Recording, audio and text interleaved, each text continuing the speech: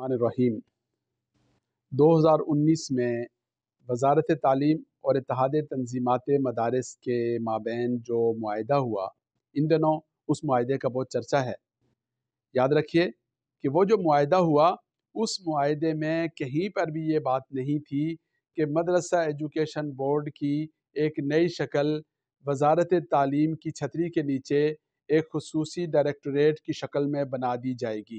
اس معاہدے میں ایسی کوئی بات نہیں تھی کہ تمام مدارس کا جو اس سے پہلے جو رجسٹرڈ مدارس ہیں، دارالعلوم کراچی جیسے، جامعہ اشرفیہ جیسے بڑی جو جامعات ہیں، بڑے بڑے جو مدارس ہیں، بڑے بڑے نیٹ ورک ہیں، ان سب کو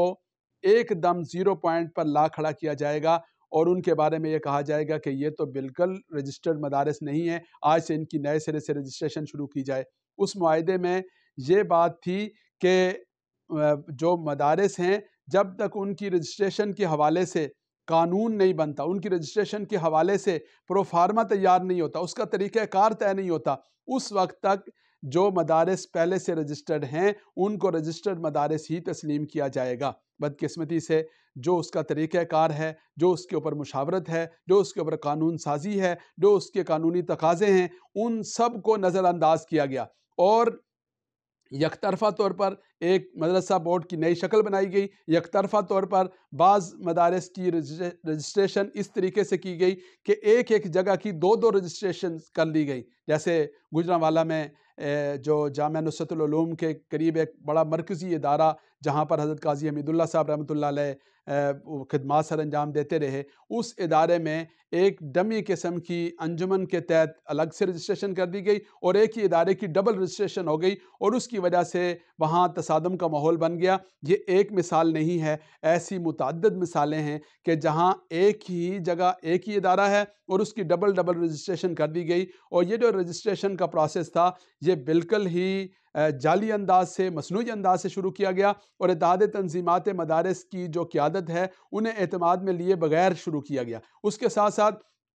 اس عرصے میں اعتماد سازی کے اقدامات ہونے چاہیے تھے، اس عرصے میں مدارس کے ساتھ رابطہ ہونا چاہیے تھا۔ جو باتیں اس میں کہی گئی تھی کہ بینک اکاؤنٹ کھولے جائیں گے، غیر ملکی طلباء کو ویزے دیے جائیں گے، اور جو باتیں اس معاہدے میں کی گئی ان میں سے کسی بات پر بھی عمل درآمد نہیں ہوا اور عملی طور پر وہ جو معاہدہ ہے وہ غیر مؤثر ہو گیا۔ یہاں تک ہوا کہ مدارس کی جو اتحاد تنظیمات مدارس کے جو 5 بورڈ تھے، جن کے بارے میں یہ کہا جاتا رہا کہ اگر آپ کو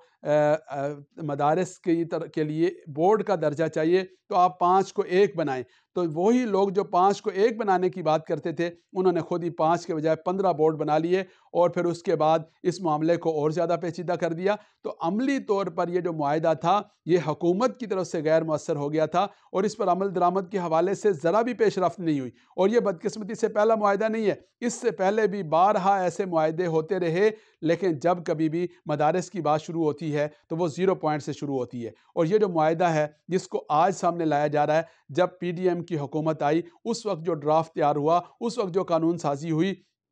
اور جو اس وقت ساری محنت ہوئی جسے آخری وقت میں جا کر روک دیا گیا، اگر یہ معاہدہ اتنا ہی اہمیت کا حامل تھا اور آج جس طریقے سے اس کو ہائی لائٹ کیا جا رہا ہے تو اس وقت اس معاہدے کا تذکرہ کیا جاتا۔ ابھی جب 26ویں آئینی ترمیم کا معاملہ ہوا اس وقت بھی اس معاہدے کا ذرا سا بھی حوالہ نہیں آیا، کسی جگہ پر بھی یہ والی بات نہیں آئی کہ جی ہمارے اور آپ کے درمیان تو یہ معاہدہ ہے، اس کے ہوتے ہوئے ہم کوئی اور قانون سازی کیوں کر رہے ہیں۔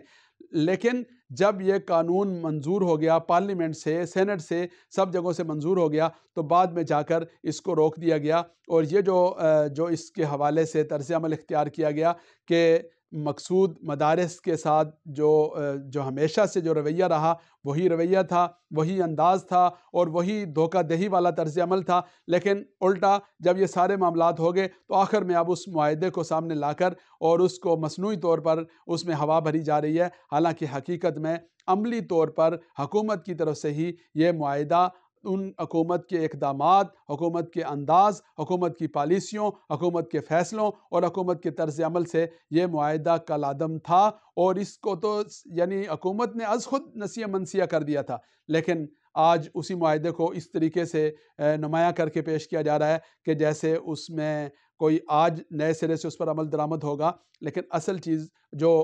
حکومت کی طرف سے اس معاہدے کی خلاف ورزیاں ہوئی ہیں ان کو نظر انداز کیا جا رہا ہے اور دانستہ طور پر ان کو چھپایا جا رہا ہے اور مصنوعی طور پر چیزوں کو ہائی لائٹ کیا جا رہا ہے۔ اس لیے ان حقائق کو پیش نظر رکھنے کی ضرورت ہے۔